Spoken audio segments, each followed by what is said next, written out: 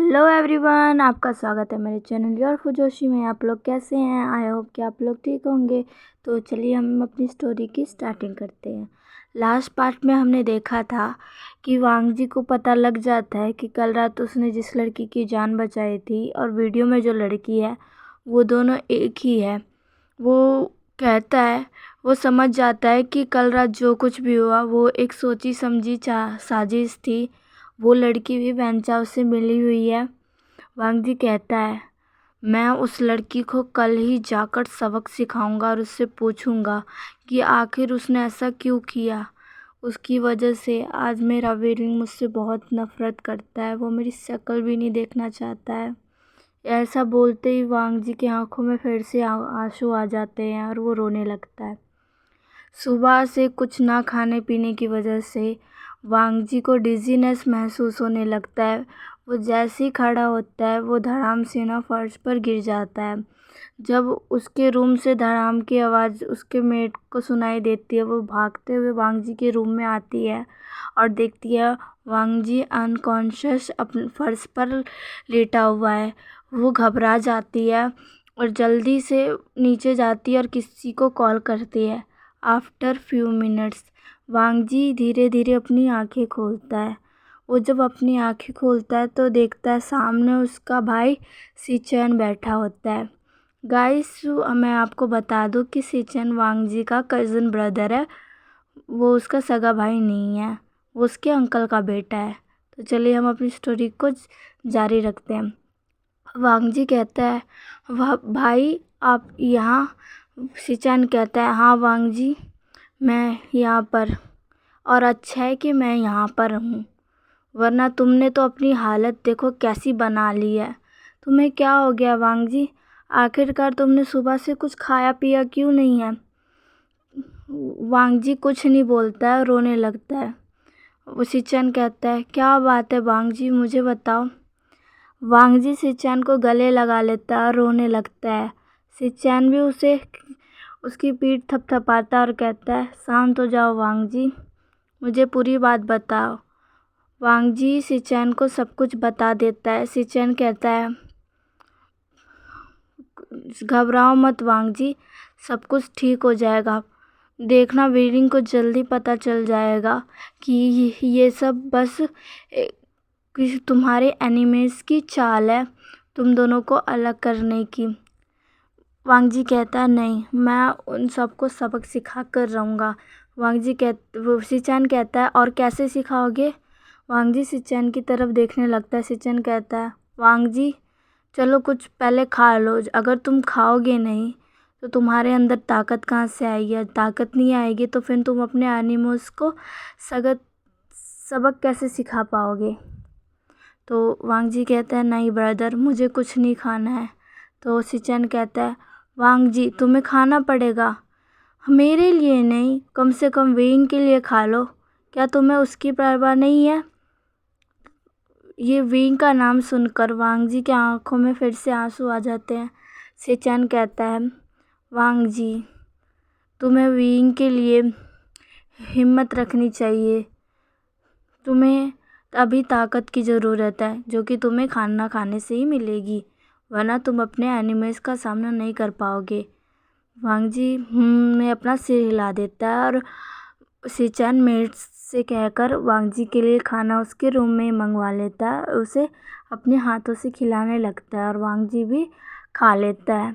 वांग जी पूछता है, भाई आप यहाँ पर कैसे आए?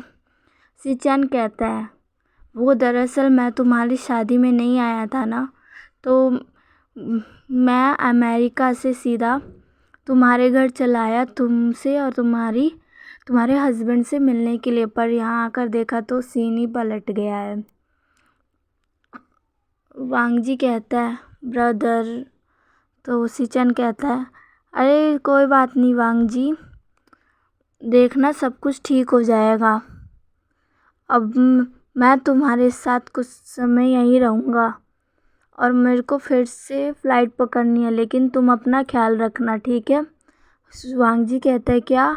तो सिचन कहता है, हाँ वांग जी, मैं बस बिजनेस के काम की वजह से यहाँ चाइना आया था, लेकिन अब मुझे फिर से जाना पड़ेगा मैं बस कुछ ही समय के लिए यहाँ आया था और मैंने अपना काम जल्दी ख़त्म किया था ताकि मैं तुमसे मिल सकूं, पर अब मेरे को जाना पड़ेगा।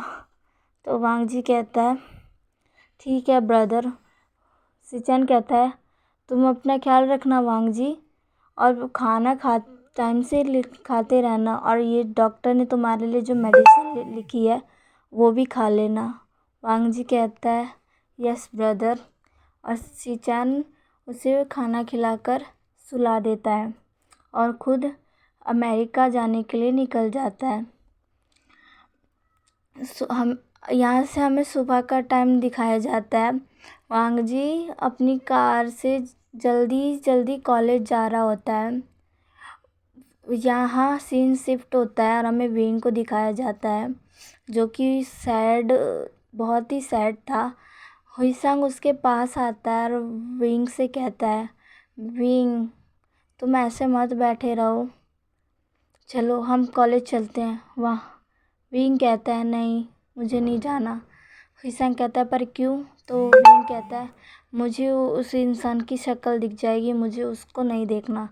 तो हुईसंग कहता है क्या तुम उसकी वजह से हर जगह जाना बंद कर दोगे? चलो विंग, तुम चलोगे तो तुम्हें थोड़ा ठीक लगेगा। यहाँ पर बैठे बैठे तुम बस उसके बारे में सोच कर ही रोते जाओगे। मेरे साथ चलो विंग। हुईसंग के ज़्यादा रिक्वेस्ट करने पर विंग मान जाता है और वो भी उसके साथ कॉलेज चला जाता है। जब वो कॉलेज जाता है तो वो वांग जी को देखता है, पर वांग जी बहुत गुस्से में था तो वो विंग को नोटिस नहीं करता है। वो अपनी क्लास में जाता है। वो लड़की वांग जी के ही क्लास में थी। वो उस लड़के का हाथ पकड़ता है और खींचते हुए क्लासरूम से बाहर ले जाता है। विंग जब ये देखता है तो वो एकदम शॉक रह जाता है। अ, वो कहता है वांग जी तुम्हें मतलब कि तुम्हें मेरी कोई चिंता नहीं है? कल ही तुम मेरे लिए घर आए थे और आज तुम एक लड़की के साथ हो। तुम बहुत ही बुरे हो Wang ji, I hate you. Wang ji wing को नोटिस नहीं करता है। उसे बस वो उस लड़की से ये जानना होता है कि आखिर उन सब ने ये सब क्यों किया है। वांग जी उस लड़की को एक जगह लेकर जाता है और उससे पूछता है आखिर तुम चाहती क्या हो? वो लड़की बोलती है ये तुम क्या कह रहे हो वांग जी? तो वांग जी कहता है और शट अप, मुझे सब पता चल गया है कि तुम लोग मेरे और वेनिंग के खिलाफ साजिश रच रहे हो और इसमें वेंचाओ भी तुम्हारा साथ दे रहा है। आखिर तुम सब ये क्यों कर रहे हो? आखिर तुम सब क्या चाहते हो मुझसे? तो वो लड़की कहती है तुम गलत समझ रहे हो वांग जी। वांग जी कहता है झूठ मत बोलो, मेरे को पता चल गया है। मैं तुम्हें नहीं पता पर मेरे घर में सीसीटीवी कैमरे लगे हुए हैं और मैंने उसमें तुम्हें साफ साफ देखा है कि कैसे तुम वेंचाओ के साथ आई थी और तुमने विंग के मन में मेरे खिलाफ गलत फहमियाँ पैदा कर दी है।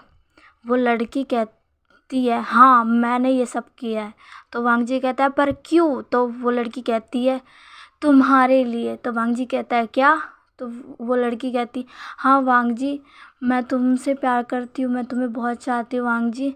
मैं तुम्हें उस बास्टर्ड के साथ नहीं देख सकती। वांग जी कहता है शट अप, अपने गंदे मुंह से तुम्हारी हिम्मत कैसी हुई ऐसा बोलने की? तो वो लड़की कहती है तुम समझो वांग जी, मैं तुमसे बहुत प्यार करती हूँ, वो लड़का तुम्हारा प्यार डिज़र्व नहीं करता है। मैं तुमसे बहुत प्यार करती हूँ वांग जी और इसके लिए तुम्हें पाने के लिए मैं कुछ भी कर सकती हूँ। वांग जी कहता है तुम पागल हो, अगर तुमने ऐसा कुछ भी किया तो मैं तुझे छोड़ूंगा नहीं। और एक बात बता दो, मैं सिर्फ विंग का हूँ और विंग सिर्फ मेरा है, अंडरस्टैंड? और वो उसे पुश कर कर चला जाता है। और वो लड़की चिल्लाते हुए कहती है मैं तुम दोनों को कभी एक नहीं होने दूंगी वांग जी, तुम सिर्फ मेरे हो और सिर्फ मेरे रहोगे। और वांग जी गुस्सा होते ही अपनी क्लासरूम में जाता है। जब वो क्लासरूम में जाता है तो वो देखता है विंग क्लासरूम में चुपचाप बैठा हुआ था। कहता है विंग तुम यहाँ? तो वांग जी जल्दी से विंग के पास जाता है पर हुईसंग उन दोनों के बीच में आ जाता और बैठ जाता और वांग जी से कहता है, वांग जी क्या तुम्हें कुछ काम था? वांग जी कुछ बोलने ही जा रहा था तो भी टीचर आ जाती है और कहती है, चलो सारे सीट पर बैठ जाओ, क्लास स्टार्ट होने जा रही है। वांग जी कुछ नहीं बोलता है और अपनी सीट पर जाकर बैठ जाता है, पर वो पूरे टाइम विंग को देखा जा रहा होता है और विंग ने उसे एक बार भी मुड़कर नहीं देखा होता है। ये देखकर वांग जी को बहुत हर्ट होता है, पर वो कुछ नहीं बोलता है। आफ्टर फ्यू मिनट्स जब क्लास ओवर होती है, विंग जल्दी जल्दी अपना सामान उठाकर क्लास से निकल जाता है, पर वांग जी उसके पीछे भागते हुए आता है और उसका हाथ पकड़ लेता है और विंग कहता है, ये तुम क्या कर रहे हो, छोड़ो मेरा हाथ। तो वांग जी कहता है, विंग तुम्हें क्या हो गया? विंग मेरी बात सुनो, विंग मैं तुम्हें सब बताता हूँ। विंग कहता है, मुझे कुछ नहीं सुनना है, मुझे जो सुनना था और देखना था वो मैंने आज सुबह ही देख लिया है। वांग जी कहता है, क्या? तो विंग कहता है, ओह ज़्यादा दिखावा मत करो, मैंने देख लिया कि कैसे तुम अपनी न्यू गर्लफ्रेंड के साथ कहीं जा रहे थे और तुमने ही उसका हाथ पकड़ कर उसको क्लासरूम से बाहर ले गए थे। वांग जी कहता है, विंग तुम गलत सोच रहे हो, वो मेरी गर्लफ्रेंड नहीं है। विंग कहता है, ओह अच्छा, मैं तुम्हें एक बात बता दूँ, वो वही लड़की है ना जिसके साथ कल रात तुम इंटीमेट हुए थे, और अब तुम ये कह रहे हो कि ये तुम उसे नहीं जानते। तुमसे बड़ा झूठा मैंने कहीं नहीं देखा वांग जी, चले जाओ यहाँ से। वांग जी कहता है, विंग उसका धक्का देके कहता है, गेट आउट, मुझे तुम्हारी शक्ल नहीं देखनी है। और विंग वहाँ से भाग जाता है और वांग जी वहीं अपनी जगह पर फ्रीज हो जाता है।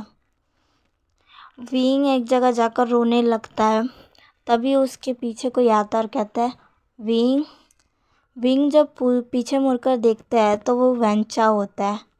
वेंचाओ विंग के पास आता है और उसके आंसू पोंछते हुए कहता है, विंग शांत हो जाओ। लेकिन विंग तब भी रोए जा रहा होता है। वेंचाओ कहता है, तुमने देखा वो उस लड़की को कैसे लेकर जा रहा था? विंग कहता है, वेंचाओ कहता है, वो तुम्हें दिखाना चाहता है विंग कि उससे तुम्हारी कोई परवाह नहीं है। तुम जाओगे, उसके ज़िंदगी में कोई दूसरा आएगा, वो जाएगी, कोई तीसरा आएगा, वो बस एक प्ले बॉय है। विंग तुम्हें भी ये शो करना होगा कि तुम्हें वांग जी के किसी के साथ रहने से कोई फ़र्क नहीं पड़ता है। विंग कहता है, पर मैं कैसे दिखाऊं ये?